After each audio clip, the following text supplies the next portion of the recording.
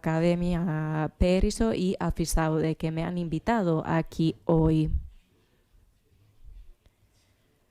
Nosotros tenemos que dar las gracias porque ellos nos han permitido estar aquí integrando todas nuestras sabidurías. Hay muchas disciplinas en el campo médico y todos estamos aquí hoy para hablar de diamagnetoterapia. ¿Qué fue lo que dijo Sir William Osler muchos años atrás? Lo que podéis ver en la pantalla. Si no hubiera sido por la gran variabilidad entre los individuos, la medicina sería una ciencia y no un arte.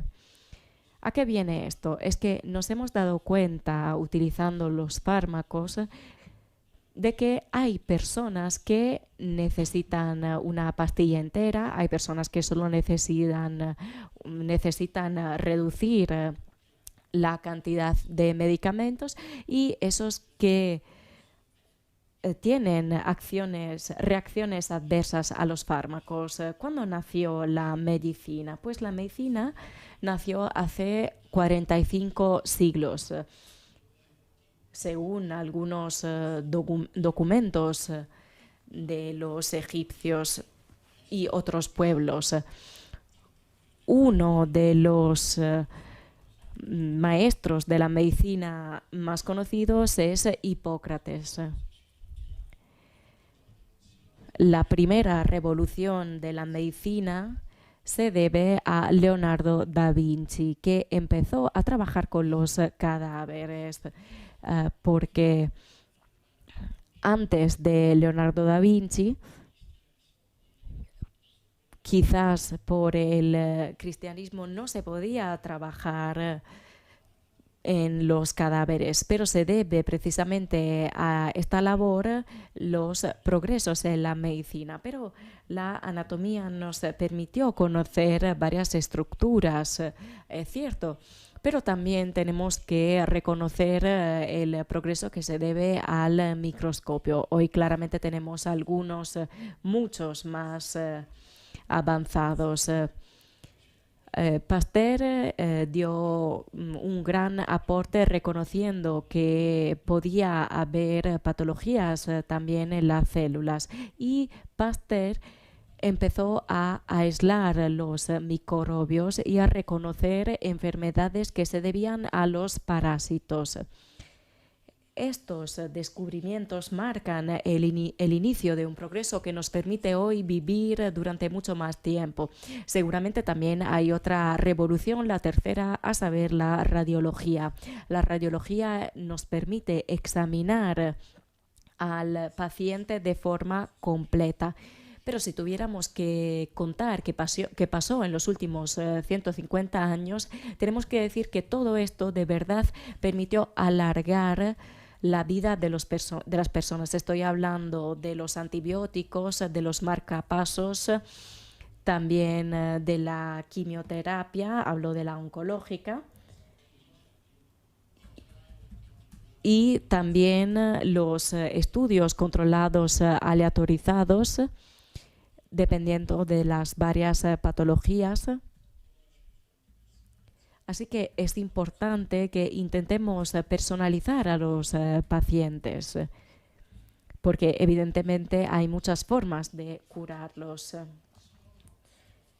Hay algunos fármacos que responden solo a algunas variantes de una enfermedad, y también tenemos las revisiones sistemáticas y los meta-análisis que nos permiten evaluar de forma correcta los varios enfoques terapéuticos. Evidentemente también tenemos que mencionar a Fleming, quien descubrió la penicilina, y esto dio pie a la creación de varios fármacos que crearon muchos medicamentos. Hay varias patologías que desaparecieron gracias, por ejemplo, a las vacunas. Pensemos en las vacunas mRNA del COVID, y también se están estudiando vacunas para el cáncer o para enfermedades como el Alzheimer. Antes se podía morir de SIDA, pero todos sabemos que hoy se puede convivir con, con SIDA. Y yo creo que de verdad este ha sido uno de los grandes y mejores resultados de los últimos 20 años. En este caso estoy hablando de la erradicación de la hepatitis C. Todos los países estaban preocupados, por ejemplo, por el coste de los fármacos, pero al final el coste ha sido bastante reducido y permitió erradicar en la mayoría de los casos la hepatitis C. Pasemos ahora a algo que tiene que ver un poco con la bioquímica y un poco con la genética, a saber, la estructura del ADN. Y la secuenciación del ADN permitió reconocer el organismo sano, pero también muchas patologías. La secuenciación nos ha permitido estudiar, por ejemplo, las características de las enfermedades raras, de entender las características de algunos tumores, pero también encontrar fármacos que pueden sustituir las deficiencias en el ADN de los que padecen algunas enfermedades. Así pues, la medicina de precisión es una medicina que se puede llevar a cabo y que sin duda aporta beneficios a muchas personas. Pero la medicina de precisión también nos sirve para darnos información sobre cómo actuar en el caso de que haya algunas enfermedades. El Time, hace algunos años, se publicó un artículo sobre el fármaco adecuado para utilizar, sobre el paciente correcto para utilizar ese fármaco, sobre cuál es la terapia para una cierta enfermedad, cuál es el tiempo correcto para actuar y cuál es el dosaje correcto para esa enfermedad. Efectivamente, durante muchos años nosotros nos hemos esforzado en curar la enfermedad. Sin embargo, tenemos que curar al paciente. Entonces, para una medicina y una terapia personalizada, tenemos que identificar varios grupos de pacientes. Entonces, tenemos una correcta prognosis. Ahí podemos ver también los fármacos que utilizar. Poder actuar cuanto antes nos permite entender también si hay factores como la familiaridad, y también tenemos que entender cuál es el tratamiento más adecuado para un individuo. ¿Qué hemos descubierto? Que a través de estudios clínicos diseñados de una forma concreta, es decir, identificando biomarcadores precoces en subgrupos de pacientes, esto nos ha permitido obtener información primordial que se encuentra en un banco de datos de genómica, de proteómica y también de otras tecnologías, en concreto tecnologías sanitarias. Todo esto lo elaboran los ordenadores. Esto nos permite recoger información a gran escala y nos permite también ver que las poblaciones son distintas, con lo cual la medicina también se tiene que personalizar según la etnia. Pasemos ahora al problema de los tumores. Se trata de aberraciones moleculares genéticas que con el paso del tiempo se acumulan. Entonces la patología empeora cada vez más. Hay características genéticas que hacen que una persona corra riesgo de tener esta enfermedad, con lo cual una terapia preventiva y un diagnóstico precoz permite afrontar mejor esta enfermedad. Lo que hacemos es utilizar anticuerpos monoclonales que afectan al tumor y no a las células sanas. Todo esto hoy en día se conoce como fármacos antitumorales que nos permiten alargar la vida de los pacientes que padecen algunos tumores. En algunos casos hasta podemos curarlos. Yo creo que con el paso del tiempo y con la progresión de los conocimientos, podremos mejorar cada vez más y también producir fármacos target mejores. Barack Obama en el año 2015 ya entendió algo muy importante, es decir, que la medicina de precisión, entonces no solo medicina personalizada, sino que la medicina de precisión era fundamental no solo para alargar la vida de los pacientes, sino también para reducir los costes de la sanidad, que evidentemente en los Estados Unidos son diferentes a los de los países latinoamericanos o europeos. Por ejemplo, en Italia es mucho más fácil acceder a cuidados sanitarios. Entonces, ¿qué se tomó en consideración? Más allá de una terapia general, si no usamos biomarcadores y si no realizamos un diagnóstico adecuado, no hay beneficios para subgrupos de pacientes que antes no existían. ¿Cómo se desarrolló, o mejor dicho, dónde se desarrolló mejor? ¿En qué campo? En el campo oncológico, pero no solo. Se desarrolló menos en el caso de otras patologías, pero ya vimos anteriormente qué pasó con el caso de la hepatitis C y de la SIDA. Estas son poblaciones cercanas a nosotros. Hay algunos metabolizadores que son diferentes entre sí. Algunos metabolizan rápido y otros no. Si vemos, por ejemplo, a los españoles, las poblaciones orientales, hay muchas diferencias. Por ejemplo, los metabolizadores rápidos no existen, al menos hasta ahora, en las poblaciones orientales.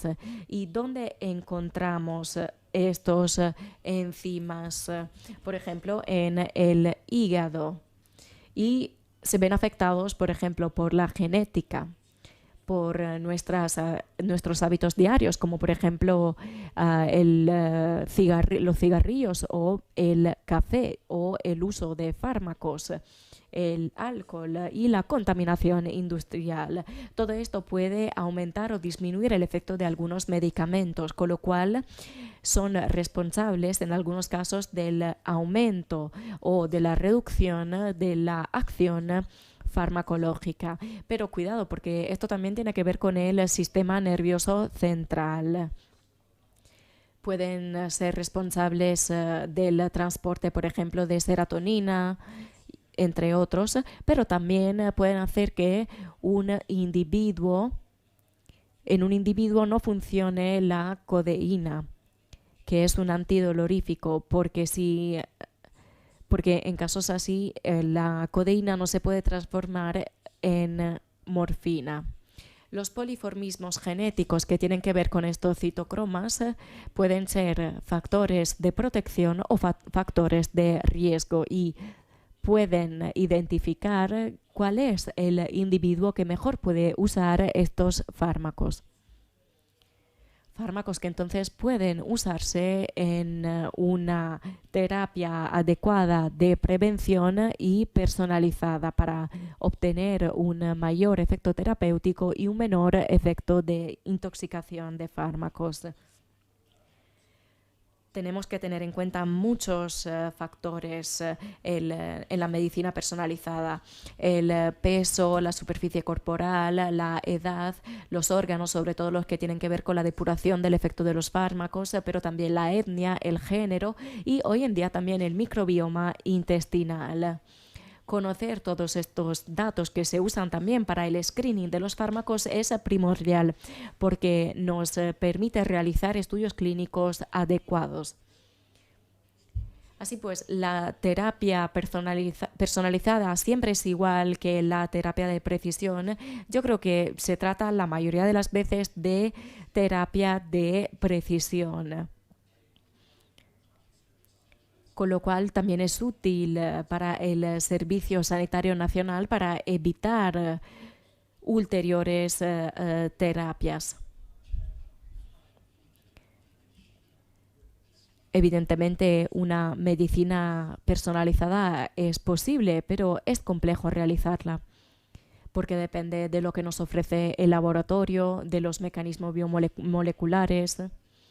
También puede haber biomarcadores precoces. Tenemos que conocer el epigenoma, el genoma, los síntomas, el microbioma y todos los datos que estén a nuestro alcance. Esto nos permite un diagnóstico y un tratamiento adecuados y, evidentemente, si cumplimos con estas condiciones, además de todos los otros parámetros, también habrá una mejor manera de afrontar la patología en todos los casos. Este es un estudio de Italia. Sabemos que los factores de riesgo cardiovasculares tienen que ver con la diabetes y la hipertensión, entre otros. Si podemos curar todos los factores, vamos a poder hacer que los pacientes se adhieran a la terapia. Miren, por ejemplo, cómo disminuyeron las mortalidades por cardiopatías. Esto evidentemente mejora la salud de los pacientes. Existen ya algunos test muy sofisticados, son test genómicos como los Next Generation Sequencing Test, los NGS, y también existen otros test, los de polimorfismo de nucleótido único.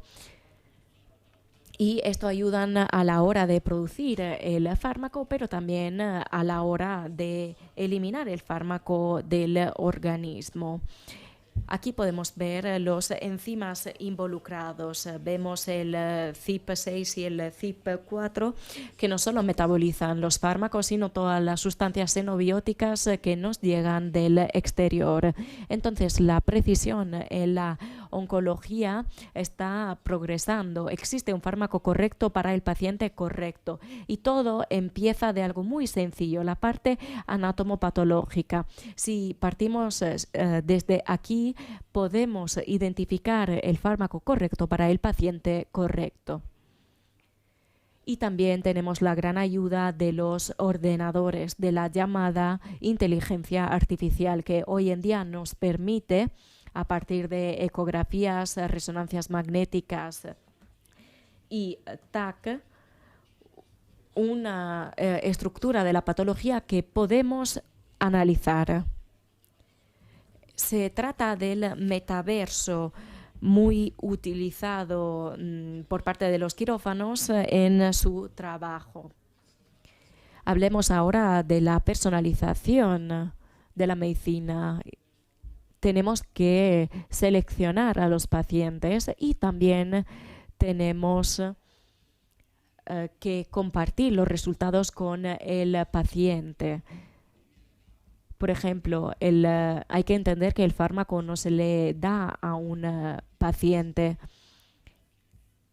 sin explicarle nada. Hay que explicarle el porqué de esa elección. Entonces, la medicina de precisión está dirigida sobre todo a la salud y al bienestar de los enfermos. Y nos permite entender que la medicina actual es mucho más precisa que la anterior. Podría decir muchas cosas, pero me gustaría concluir mi intervención con esta citación de Isaac Asimov. La ciencia reúne los conocimientos de manera mucho más rápida que la sociedad. Y esto es algo que todos deberíamos tener en cuenta los que trabajamos en la sanidad. Les quería dar las gracias